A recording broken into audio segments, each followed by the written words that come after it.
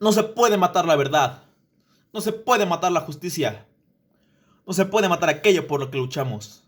Esas palabras fueron dichas por Jean Dominic, activista haitiano por la democracia. Buenas noches, compañeros. Profesor Luis Ortiz Salgado. Hoy voy a hacerles 3 preguntas nada más y quiero que las analicen en sus mentes, por favor. La primera de ellas es: ¿permitirían ustedes que los políticos mexicanos sean perdonados por sus delitos y no sean llevados a la cárcel? ¿Saben ustedes si esto pasa en nuestro país? ¿Y qué harían si supieran que esto pasa en México? Permítanme expresarme, por favor. Todos sabemos que en el país, a lo largo de la historia, ha habido cambios buenos, cambios malos, dependiendo del punto de vista donde ustedes lo observen. Hablando un poco de la historia reciente del país, 3 décadas atrás, 1990 para ser un poco más exactos, donde se inició la privatización de empresas pertenecientes al gobierno, empresas estatales, iniciando por el presidente Miguel de la Madrid, seguido por Carlos Salinas de Gortari, después Ernesto Cedillo Ponce de León, luego copiado por Vicente Fox Quesada y Felipe Calderón Hinojosa. Esos presidentes que acabo de mencionar fueron públicamente denunciados por el pueblo por enriquecer a familias mexicanas por medio de la venta, de la cesión también, de empresas que eran pertenecientes al Estado. Un ejemplo de ello: en el gobierno de Portillo hubo una privatización de casi 400 empresas nacionales.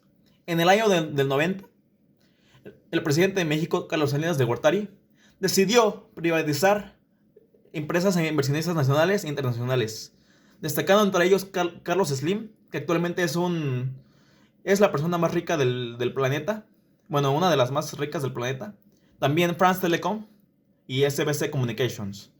Para mencionar algunas de las empresas privatizadas por este mandato, está Telmex, Calmex, Anaxa, Dina, FFCC, Banamex, Bancomer, Multibanco, Convermex, Serfín, Bancos de la Época, Carreteras de Cuota, Fertimex, fábricas de carros, ferrocarriles, los aeropuertos, entre otras. En 30 años, en el país se han privatizado sectores como la siderúrgica, los teléfonos y los ferrocarriles.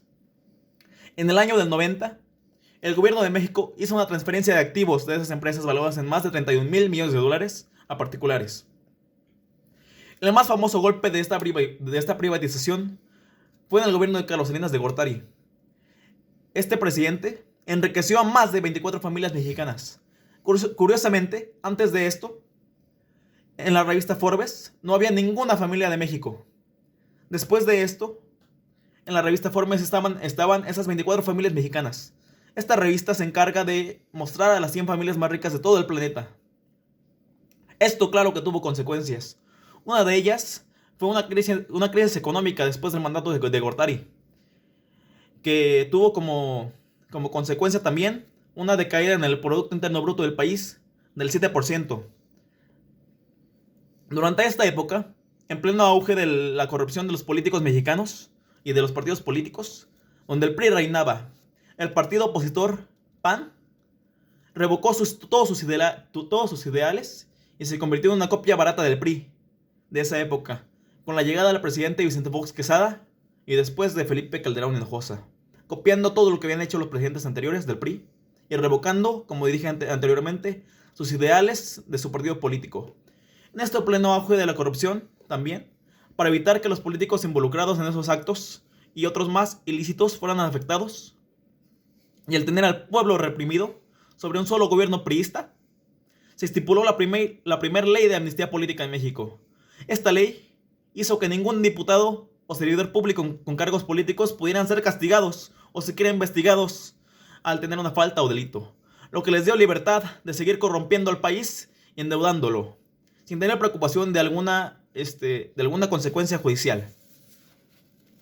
La ley de amnistía tiene como característica que es una ley del olvido, una ley del perdón, que así es como se conoce popularmente también, en donde si se aplica, se olvidan todos los procesos judiciales y actos del pasado o un futuro fallo judicial, suspendiendo toda infracción y castigo.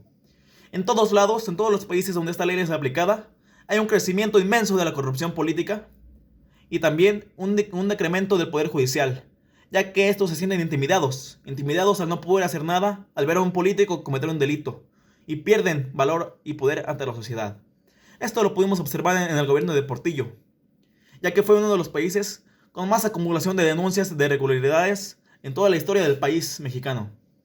Esto claro que fortaleció a los criminales también, ya que de ahí empezó lo que hoy se conoce como la famosa mochada a los políticos, por parte de los criminales del crimen organizado, para que ellos obtengan también parte de esta ley de amnistía política y no puedan ser tocados por el Poder Judicial, y así obtener libertad de cometer sus delitos.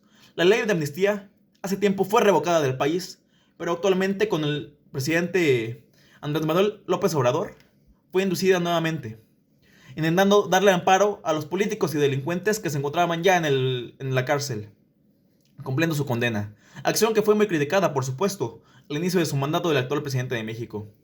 También hubo ciertos rumores que este presidente tuvo reuniones con el expresidente Enrique Peña Nieto, con el fin de darle una ley de amnistía a este presidente, Enrique Peña Nieto, para evitar ser castigado e investigado si se encontraban delitos en su contra. La amnistía generalmente es aplicada a los delitos políticos. Extingue los antecedentes penales. Los delitos políticos son delitos cometidos contra el Estado según el Código Penal del país. Claro que sí, hablamos de una ley que perdona todo delito cometido por una persona o un político. También tiene su regulación y sus límites. La jurisprudencia internacional estableció que la ley de amnistía no puede ser aplicada en caso de violación a los derechos humanos. Para concluir el tema, sabemos que esta ley, así como tiene puntos buenos como malos, uno de los buenos podría ser que se disminuya la carga en el tribunal, omitiendo los delitos menos graves. Y los malos son los que ya expliqué anteriormente. Aumento de la corrupción política, disminución del poder judicial, entre otros. Esta ley lo que hace a grandes rasgos es perdonar a los políticos que hayan cometido delitos, así como corrupción u otros relacionados al Estado mexicano, haciendo que los demás políticos que siguen en los siguientes mandatos continúen con esta tradición corrupta. Tradición que ha venido de generación en generación desde los inicios de la historia del país, y gracias al gobierno priista que nos dejó malamente esta cultura de corrupción, y ahora adoptado por el PAN y actualmente también por el gobierno de Andrés Manuel López Obrador, haciendo que los siguientes políticos se sientan con la libertad de seguir corrompiendo al país y a sus sistemas políticos mexicanos y endeudando más con el extranjero de nuestro país. Muchas gracias por su atención. Buenas noches.